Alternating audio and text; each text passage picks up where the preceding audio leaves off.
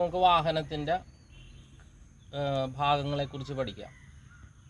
1 ചേസിസും 2 ബോഡിയും.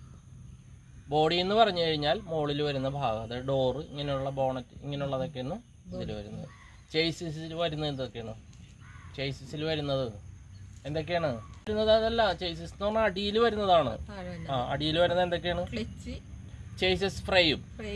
Frame എന്ന് പറഞ്ഞു കഴിഞ്ഞാൽ വണ്ടിയുടെ എഞ്ചിനൊക്കെ അതിലാണ് വരുന്നത്. പിന്നെ എഞ്ചിൻ, പിന്നെ ട്രാൻസ്മിഷൻ സിസ്റ്റം. ട്രാൻസ്മിഷൻ സിസ്റ്റം എന്ന് പറഞ്ഞു കഴിഞ്ഞാൽ എന്താണ്?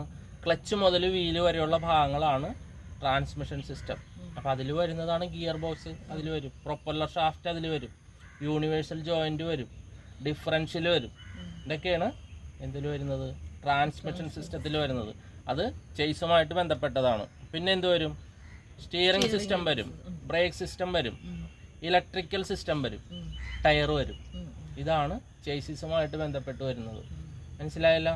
അപ്പോൾ ഇത് ശരിയായിട്ട് പഠിക്കുക. അടുത്ത ദിവസം ബാക്കി കാര്യങ്ങൾ പഠിക്കാം. Thank you.